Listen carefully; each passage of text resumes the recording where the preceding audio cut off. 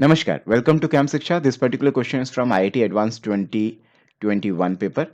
And this question is from the section called Liquid Solution Chapter. तो Liquid Solution Chapter 12th class का chapter उससे question design करा गया है। Question के दो पार्ट हैं, दो में से मेरे को ये लगता है कि एटलीस्ट एक पार्ट तो हर बच्चे का होना चाहिए कि बिल्कुल सीबीएसई लेवल पे पहला क्वेश्चन तो पूछ रखा है। पहला क्वेश्चन तो हर बच्चे से सॉल्व होना चाहिए। सेकंड में मे भी शायद थोड़ा बहुत कोई मिस्टेक कर दे तो हो सकता है, अदरवाइज सेकंड भी वैसे थोड़ा सा सोच के करोगे तो सेकंड पार्ट भी हो जाएगा, बड़े प्यार से हो जाएगा। तो देखना जरा पहले पहला पार्ट देखते हैं। फर्स्ट पार्ट अगर देखूं तो फर्स्ट पार्ट तो ये कह रहा है क्या, कह रहा है boiling point of the water in a 0.1 molar silver nitrate solution is x x degree Celsius, है ना। अच्छा, और आपको बॉइलिंग पॉइंट की बात कर रहा है तो केबी दे रखा होगा, केबी भी आपको दे रखा है 0.5। अच्छा, और बात किसकी चल रही है? बात चल रही है AgNO3 की। अगर AgNO3 की बात चल रही है तो इसका आई कितना होगा? इसका आई होगा 2। ठीक है, और क्या पता है आपको? और मैंने बोला केबी आपको दे रखा है, केबी कितना दे रखा है? 0.5 दे रखा है। और क्या पता है आपको? इसकी मोलैलिटी 0.1 दे रखी है।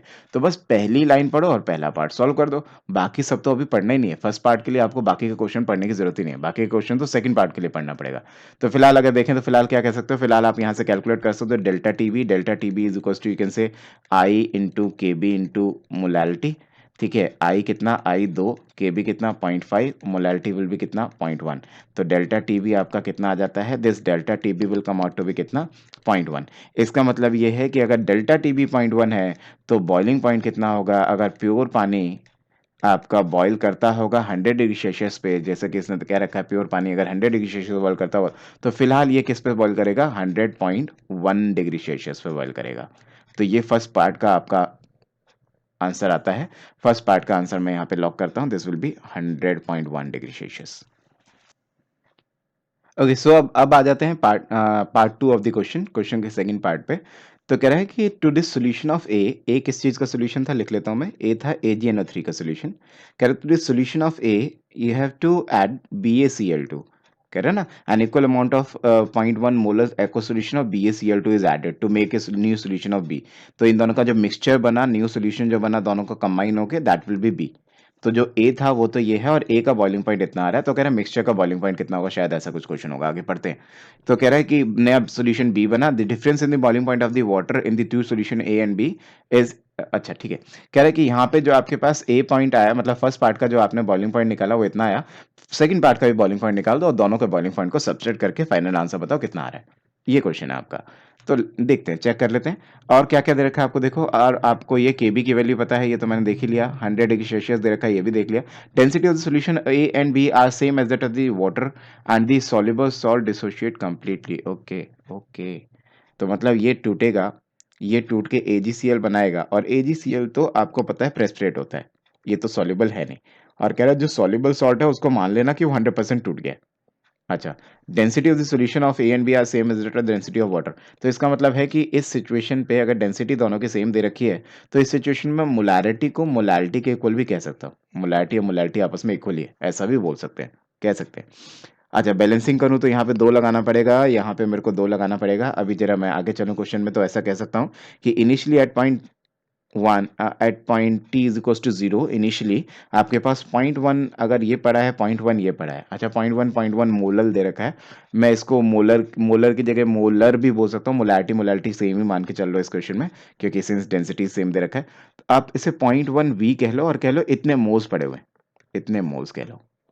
तो 0.1 वी वॉल्यूम से ही मल्टीप्लाई कर दिया, इक्वल वॉल्यूम आर मिक्स ना। तो 0.1 वी इसका डाला, 0.1 वी इसका डाला, तब ये 0 0 थे। अच्छा, अगर इसके 2 मोल है, इसका 1 मोल है, तो ये हो गया लिमिटेड एजेंट। तो since this is limited agent, तो आफ्टर रिएक्शन ये तो पूरा खत्म हो जाएगा। और अगर इसके 2 मोल से इसका 1 मोल रिएक्ट कर रहा है तो इसके 0.1 से इसका रिएक्ट कर जाएगा, और ये बच जाएगा आपका 0.05 वी। ठीक है, ये तो सॉलिड चीज़ है, इससे तो मेरे को मतलब है नहीं, ये तो प्रेसिपिटेट आउट हो गया। मेन चीज़ ये कितना बचा? 0.05 ये बचा। तो मतलब ये बचा आपके पास सॉल्यूशन में, ये बचा, ये 2 चीज़ें बची। और ये दोनों की दोनों चीज़ें आपकी डिजोल्व होती है, ये प्रेसिपिटेट नहीं बनाती है। अच्छा ठीक है, तो ये आपका डिजोल्व होगा, डिजोल्व होके टूटेगा भी, आपको पता है यहाँ से क्या है, एक तो बेरियम 2 प्लस आयन बन जाएगा, 2 Cl माइनस आयन बन जाएंगे। यहाँ से सिमिलरली एक बेरियम 2 प्लस आयन बन जाएगा और 2 नाइट्रेट आयन बन जाएंगे। ठीक है, थोड़ा सा कॉम्प्लेक्सिटी बस क्वेश्चन में यहीं पे आती है। अब रिजल्टेंट जो मोलैरिटी होगी या फिर मोलैलिटी होगी, मोलैलिटी कह लो या फिर मोलैलिटी कह लो, रिजल्टेंट मोलैलिटी या मोलैलिटी होगी, वो आप कैसे निकालोगे? आप निकालोगे M1V1 plus M2V2 divide by V1 plus V2, ऐसा कर सकते हो। बट यहाँ नंबर ऑफ पार्टिकल्स भी इसमें मल्टीप्लाई कर देना, क्योंकि हम हर पार्टिकल्स को इंक्लूड करते हुए टोटल मोलैलिटी या मोलैलिटी निकालेंगे। ठीक है, तो आप ऐसा कह सकते हो, इसको क्या करना है, इसको आई फैक्टर यहीं पे मल्टीप्लाई कर देना। ठीक है, आपको बाद में करने की जरूरत नहीं पड़ेगी। तो आप बोल दो 3 इंटू, यू कैन से 0.05V प्लस इसके लिए लिखो 3 इंटू 0.05V बाय 2V। ऐसा करके आपके पास रिजल्टेंट मोलैलिटी आ जाएगी, V से V कट जाएगा और ये आपके पास कितना आ जाएगा 0.15। तो रिजल्टेंट मोलैरिटी या रिजल्टेंट मोलैलिटी आपके पास कितनी आ गई 0.15। अच्छा, अब नया फिर से फ्रेश फॉर्मूला लगाएं डेल्टा टीबी का, delta TB is equal to K B into molality. अच्छा, अब यहाँ पे आई फैक्टर नहीं यूज कर रहा हूं, क्योंकि मैं आई ऑलरेडी यहाँ पे कंसिडर कर चुका हूँ। सिंस मैंने यहाँ पे 3 से मल्टीप्लाई पहले ही कर दिया, तो मैं यहाँ पे अब आई नहीं लगा रहा हूँ। ठीक है, तो delta TB is equal to K B into molality. तो delta TB is equal to K B into molality. K B आपका कितना दे रखा था? के बी 0.5 दे रखा था। मोलैलिटी आपका 0.15 दे रखा था। इसके हिसाब से अगर देखा जाए तो ये आपका कितना आ जाता है? ये आपका आ जाता है 0.075। ठीक है, इसका मतलब है कि अब जो नया बॉइलिंग पॉइंट होगा, वो नया बॉइलिंग पॉइंट कितना होगा? नया बॉइलिंग पॉइंट होगा नए सॉल्यूशन का 100.075 डिग्री सेल्सियस, 75 डिग्री सेल्सियस। तो नया बॉइलिंग पॉइंट तो इतना आया, पुराना इतना आ रहा था। आपसे फाइनली क्वेश्चन में क्या पूछ रहा है? कह रहा है the difference in boiling point of the water in two solution will be कितना, और जो भी आएगा वो इस फॉर्म में लिख लेना, y इंटू 10⁻³ अच्छा ठीक है, लिख लेंगे। देखो देखो क्या कह रहा है आपसे, कह रहा है कि इनके बीच का डिफरेंस बताओ। तो 100.1 माइनस 100.075, इनके बीच का डिफरेंस लिखो पहले तो कहता है डिफरेंस कितना आएगा? ये डिफरेंस आएगा 0.025। ठीक है, कह रहा है इसको थोड़ा सा इस रूप में लिखो, 2.5 इंटू 10⁻² बन जाए। तो कह रहा है फिर फाइनली आपके पास ये वैल्यू कितनी आई? तो ये वैल्यू कितनी आई? 2.5 आ गई। ठीक है, तो इस तरह से आपका दोनों पार्ट सॉल्व हो जाते हैं। तो बड़े ध्यान से, थोड़ा सा बस यहाँ पे हल्का सा ट्रिकी है, इसको आपको थोड़ा सोच के करना पड़ेगा, बाकी तो पार्ट सॉल्व हो ही जाता है। तो ये जो आपके पास फाइनली आएगा, ये कितना आ जाएगा? ये 2.5 आएगा। तो this will come out 2.5, this will come out to be कितना? 100.1 degree Celsius. Okay, so I hope I helped you. Please subscribe Camp Shiksha. Thank you.